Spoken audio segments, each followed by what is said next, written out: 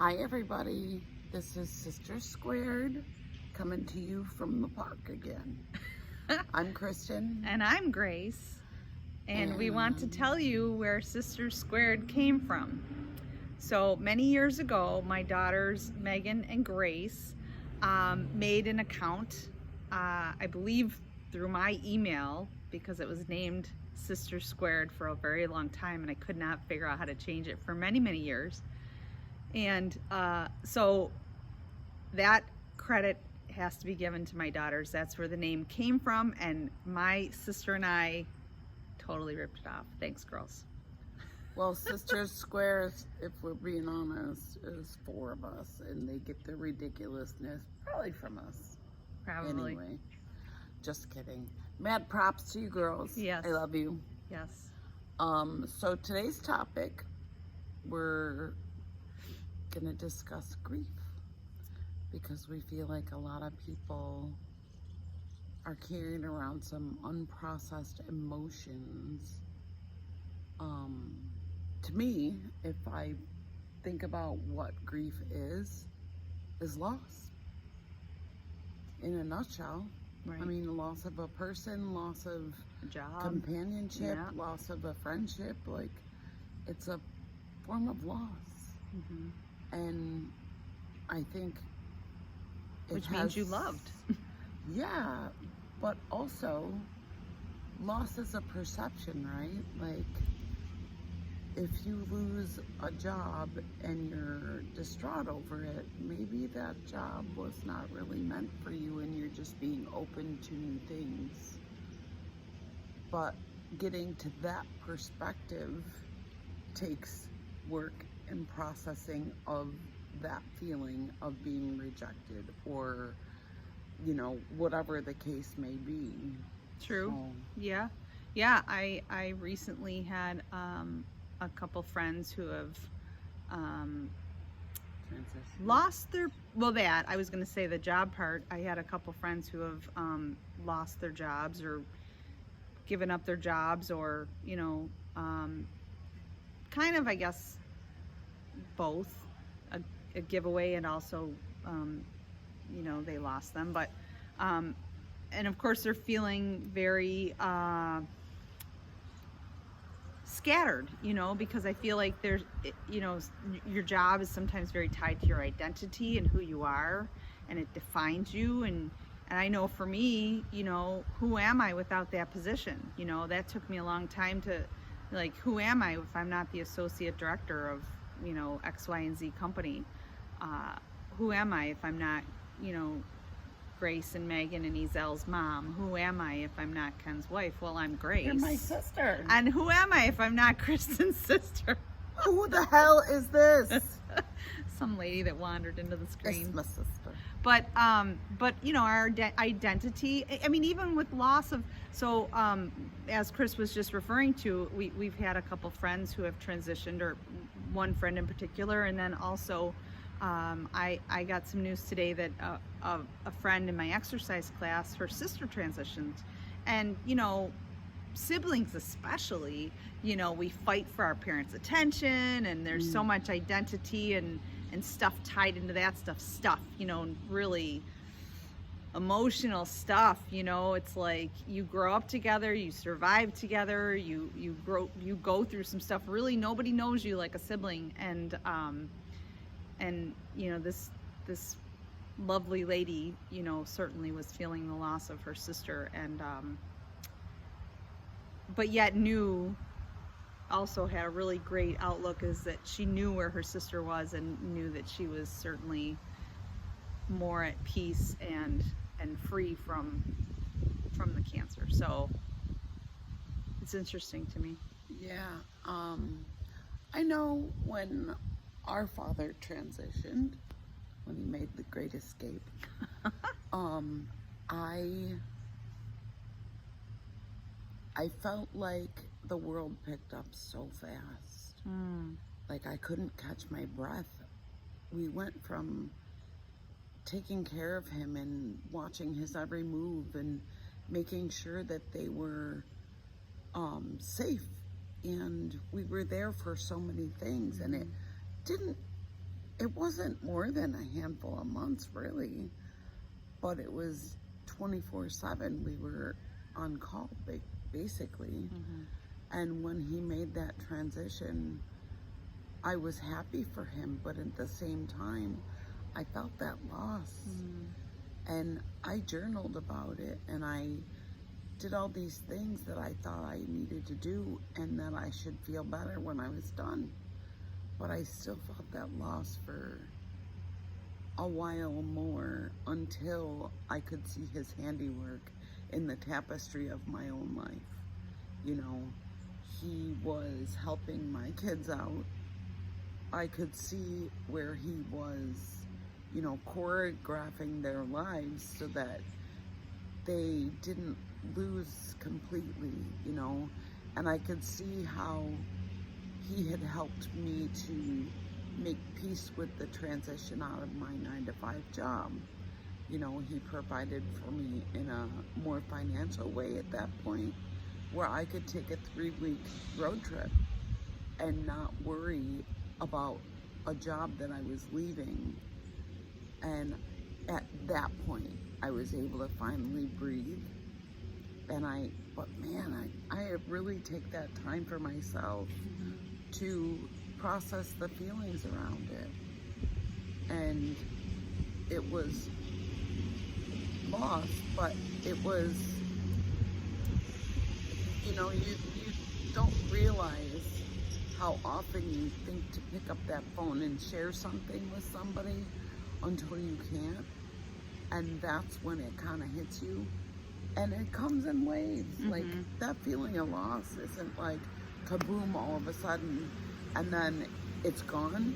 Or like it comes in waves as the holidays come, or as, you know, different celebratory moments. Or, you know, when I used to, when I was raising my kids and it was just me in the house, and I would do something a little rash as punishment, and I would call my dad. I'm like, Dad, I just did this, talk me down. And he's like, you can't do that. I'm like, why do you think I called you? Like, those are the things I couldn't do anymore, you know? But that doesn't mean that he wasn't still there to help me now. I can still talk to him. Mm-hmm. And I can hear him louder now that I've quieted down all the other crap in my life. Yeah. But I had to learn how to do it, and processing those emotions so they weren't so big and sloppy all over my everyday, and make them manageable. You know, it was more about making them manageable in a way that I could say, you know, this is how I'm really feeling. What's underneath that? What's driving that emotion? And when I could really kind of pick apart the feelings, I could ask for help. I could ask for some insight and listen for the clarity that came after that. So when we're quiet, we really do get the answers. Yeah, I mean, I took some time yesterday to be quiet, and it's funny when you do that practice, because I know for me, kind of all day long, I had this little voice in my head that was like, oh, you need to do this, and you need to do that, and you need to do this. And honestly, there was nothing that I really needed to do. And so I made myself just sit there. I'm trying to have some clarity about something. And so I know that there's a couple ways that I can do that. And one is by, like, I sat there basically outside coloring in a coloring book, and to sort of be able to take my brain offline usually helps me. Or if, and because it's just so mindless. Or if I do, like, cleaning my house is another way, because I know it's kind of a funny one, because while I'm scrubbing toilets, my mind is busy working on it and I'm not even aware that it's happening. And so sometimes things come to me. Of course, I do talk to my dad then too when I'm cleaning the toilet for some reason. I don't know why that is. But he, you know, what Chris was saying about him being so much more accessible now, it's just so funny because I chat away, you know, when no one's home to my dad or whoever. It's not always my dad. But, you know, getting back to how life just sort of picked up, I mean, it wasn't like it was just Dad, because right after that it was Aunt Maureen, and right after that it was Barbara. And I remember for me, the part that I really got stuck on, because I did take some time in between going all the transitions and going back to my job. I took like 3 weeks off. But for me, I got a little stuck in the physical decline, like when they were transitioning, and not even so much my dad, because it was so quick. It was like basically a day.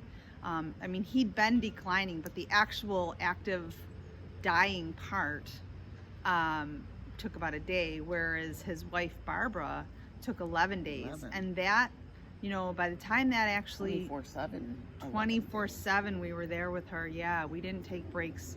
And that one stuck with me. That one I had a hard time, even though my head told me she wasn't really there, that she'd already kind of been in the non-physical, and had that physical body, and that physical body that was just, you know, like fading.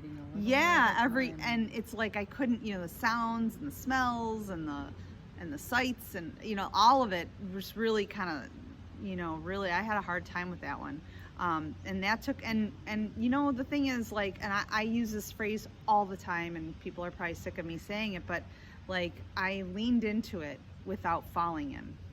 And I feel like that's definitely, I don't know, I use that one a lot because, and I tell a lot of people this, you know, you can lean into something without falling completely all the way in. But if you do fall in, and we talk about this all the time, is the holding of space, you know, to really, you have your people, at least I hope you do. And if you don't, we'll be your people. We're good people. We're good people. But I tell people that all the time. I will hold space for you. And that doesn't mean that I have to be right next to you holding your hand. I can hold space for you from my house. And we're you just expansive. know. Right, we're very expansive. I mean, I will hold space with someone and hold their hand if that's what they want me to do. Or hug you, or sit on just your lap sit with and you. stroke your hair. I love that. But it just, you know, there are just so many resources, and I don't know, it was just really on my heart today about the grieving process and what we really, humans, you know, our human experience, what we go through, because it's really us. It's not the person who left, who's obviously now back in the non-physical completely. It's us here having our human experience, and we're supposed to have all that. Those are the lessons, and it's, you know, we're supposed to experience all that. How do you have the highs without the lows, right? The light and the dark. And that's right. It's like, you know, that the light at the end of the tunnel isn't a train, hopefully. No, I'm just kidding. It's just, it's amazing to me, you know, but really without that experience, you know, it's like the joy of a baby being born, you know, like I like having my babies was like probably the single most amazing experience that I've had in my life, having those kids. And yet losing my dad was probably one of the worst, you know, feeling wise, you know, but then I get to step away from it and see like how, you know, see his handiwork. I like the way she said that. But, you know, he is so much more expansive now, and he is so much more available to us now. And all of what he is and was, it all lives in us. And it's all, you know, we can access that information. We can get to it. We know what he would say. You know, you bring something to him, or my grandmother or my aunt, because I talk to all of them, and you just know what they would say to you. You know, I hear their voices in my head. I just know. And so it's great. I love it. Yeah. And that whole thing with Barbara, it was an honor to be at her bedside. As difficult as it was, and especially in the beginning when she was in so much pain, it was every few seconds we had to move her because she was just crying out in pain. Until we mastered the pain part, we really struggled, and Grace and I were trying to figure out how to do FMLA paperwork and how we were going to manage our jobs. And then we finally just kind of put it all aside to stay in the moment and just be present for her. Yeah. But boy, did that take a little bit of getting to it. You know, we struggled to get there. But once we were there, we fully embraced our role. Yeah. And that came with a lot of emotions on its own because she knew she was dying. She chose to die. She wanted to. You know, she was ready. She couldn't imagine starting a new life at 82 without my dad, without my aunt. You know, those were people who were staples in her everyday life. And well, and cognitively too. We were there for her, but we were not the ones that she was looking for. No. And she didn't want to be a burden to us. Right. So, but every day we'd get on the bed with her, and Grace and I would face this way and she'd face at us this way. And we'd be like, tell us a story, Barbara. And she loved story hour. We would play music and we would just enjoy each other's company, being in the moment. And so when we said goodbye to her, it was, we knew we had done everything that we could do. And it was, she earned her spot. She earned her spot. Like, it was a joy to let her go because I knew that she would be reuniting with my dad and my aunt and my gram and her family. And like, what a gift. We walked her home. And what a gift for me, because it was after that that I did the death doula class. You know, I was able to walk through all of the processes that it took for her to let people go and to come to some sort of understanding within herself, to forgive herself and to forgive these other people that she had issues with in a lifetime. You know, like her processing of her own lifetime happened right before our eyes, and it was magical. And to be able to be in that space with her was truly an honor. Yes, it was emotional, but it was beautiful too. So definitely, there's something that comes with that loss, and perspective, I think, does come. Yeah. I see a butterfly. Yeah, and I just, you know, I just really quick, I mean, I want to just mention, you know, our friend Vicky, who really embraced life to the fullest and just loved as hard as she lived and lived as hard as she loved. And